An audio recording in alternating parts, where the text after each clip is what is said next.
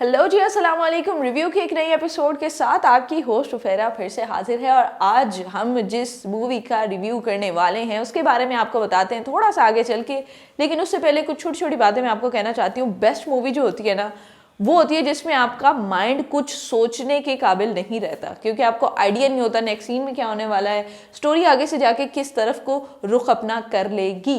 तो आज की जो मूवी है वो टोटली कंटेंट बेस्ड है। ना इसमें कोई फालतू का नाच गाना है, ना इसमें कोई फालतू की हीरोपंती है, यानी इन तमाम तर बेकार चीज़ों के ऊपर आपका टाइम बिल्कुल भी वेस्ट नहीं किया गया है इस मूवी में।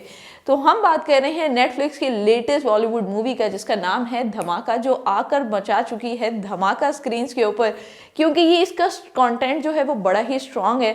और पूरी मूवी में आपको यूं लगता है कि आपकी आंखों पे किसी ने पट्टी बांध के आपको एक जगह पे बिठा दिया और ना तो आप हिल सकते हैं और ना ही आप कुछ और देख पाते हैं, क्योंकि ये आपके अटेंशन को इतना ज़्यादा हद तक अपनी तरफ ग्रैब कर लेती है। कहानी है एक न्यूज़ एंकर की, जो टीवी के उस पार बैठे लाखों करोड़ों लोगों को यूं घुमा देता है, क्योंकि उसके हाथ में होती है पावर। वो लोगों की फीलिंग्स के साथ खेलना जानता है।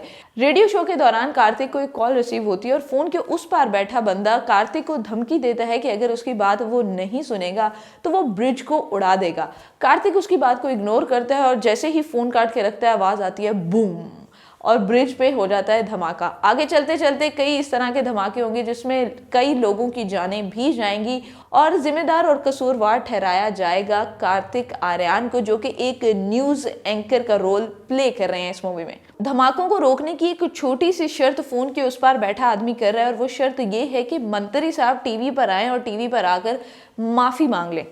मूवी काफ़ी अलग है, बॉलीवुड की तमाम तर मूवी से काफ़ी हट के ये मूवी बनाई गई है। मूवी का कंटेंट बड़ा ही फ्रेश है और बड़ा ही एक ज़बरदस्त किस्म का आइडिया है। फर्स्ट सीन से लेके एंड तक स्क्रीन प्ले एक्शन यूं भाग रहा होता है और आपको कुछ भी और करने की ये जो है ना, आपको एक सेकंड भी नहीं देता कि आप कहीं और इधर उधर कोई काम कर सकें या मूवी से आपका ध्यान हटे।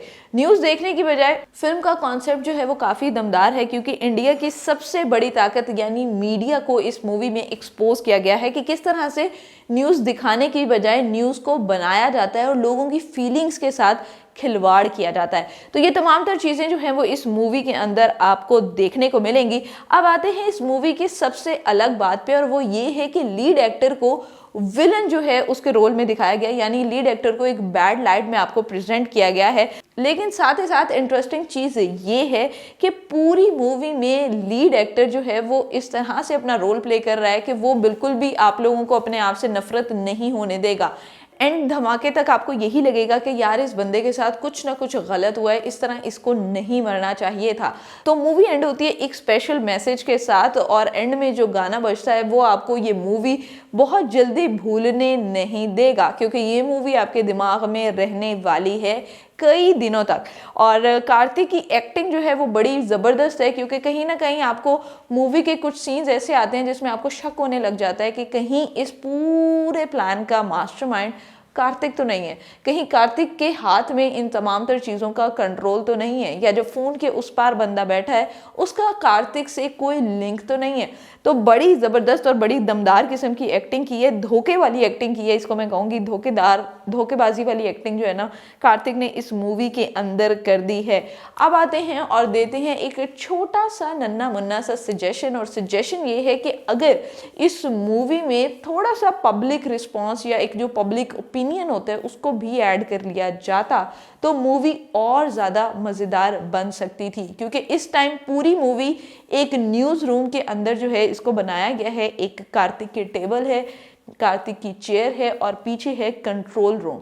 यहीं पे पूरी मूवी चलती है और यहीं पे पूरी मूवी एंड होती है, एंड के धमाके तक। और कार्तिक की डेथ भी इसी न्यूज़ रूम में होती है। और इसी के साथ मूवी को अगर मैं रेट करना चाहूँ तो 5 में से मैं इसको दूंगी जी 4 पॉइंट्स।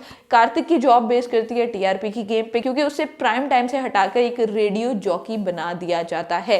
कहीं ना कहीं मूवी में आपको छोटी छोटी चीज़ें जो हैं वो नजर आएंगी जिसमें आपको लगता है कि इस पे थोड़ी बहुत डायरेक्टर को तवज्जो देनी चाहिए थी, जिसमें से कुछ सीन्स ब्रिज के हैं जब वहाँ पे सामने खड़ी रिपोर्टर टेररिस्ट से डायरेक्ट बातें कर रही है और टेररिस्ट को कन्विंस कर लेती है, और इस तरह की छोटी मोटी गलतियां हैं इस मूवी के अंदर। लेकिन ओवरऑल मूवी जब आप देखेंगे तो आपको ये गलतियां माइंड से निकाल के इस मूवी को देखना है, और आप यकीन से कह सकती हूँ कि इस मूवी को फुल ऑन एंजॉय करने वाले हैं। तो इसी के साथ मुझे इजाजत दीजिए और आप जल्दी से जाएं नेटफ्लिक्स को करें लॉग इन और मूवी देखें धमाका। एक नई रिव्यू के साथ फिर से हाजिर होंगे, देखते रहिए लम्हा न्यूज।